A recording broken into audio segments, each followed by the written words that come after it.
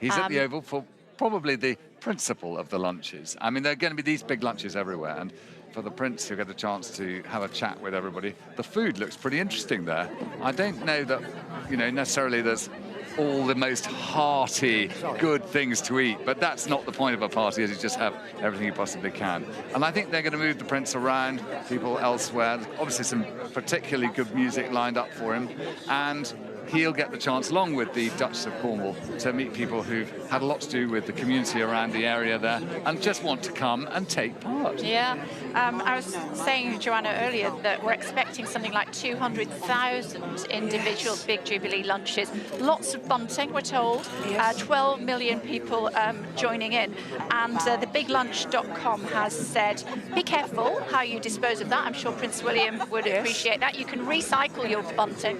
They've made the calculation, 48 million pennants probably will be used today. So you can either go onto their website and figure out how to dispose of that appropriately, or they say, even better, keep it till next year and make it an annual event, which is a good idea. I think that's brilliant. Just bring out the bunting.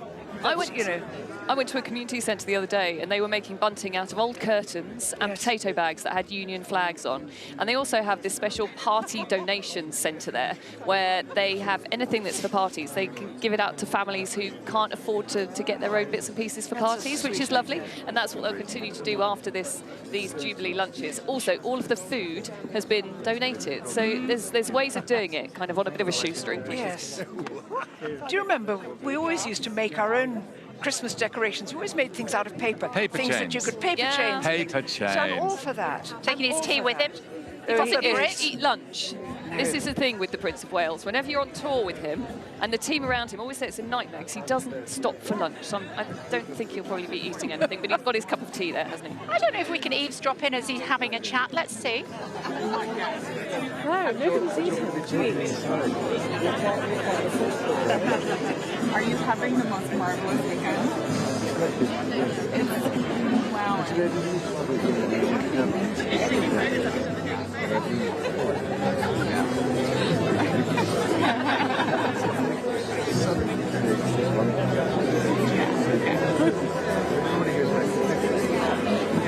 Let's try to keep it going. It's like your speech last night was excellent. It was so touching. Okay, so that's what they're having for their big lunch. Not got my glasses on, if anybody else can read it.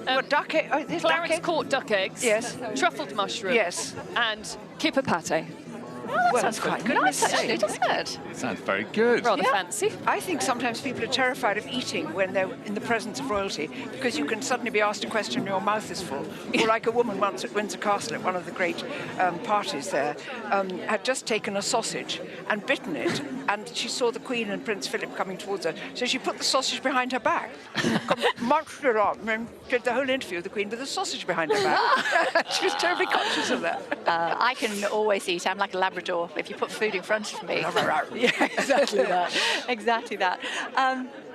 Somebody needs to come round with the bottle there.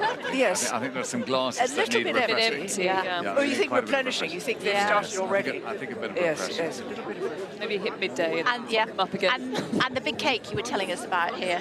Yeah, so this is the big Jubilee lunch cake. And as you were saying, this is probably kind of the flagship Jubilee lunch, because of course we have the heir to the throne and his wife there.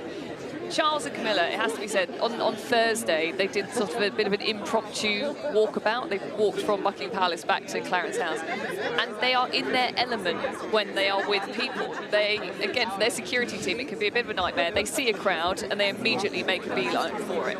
And look, you can see he's having a lovely chat there. And also, I'm always really envious of members of the public, because they get to ask all the questions that we don't. So that lady there saying, how's your weekend going? Are you having a lovely time? That was a wonderful speech.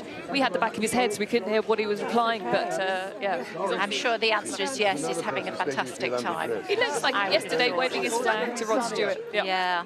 Yeah. Did you see the little ones were out last night?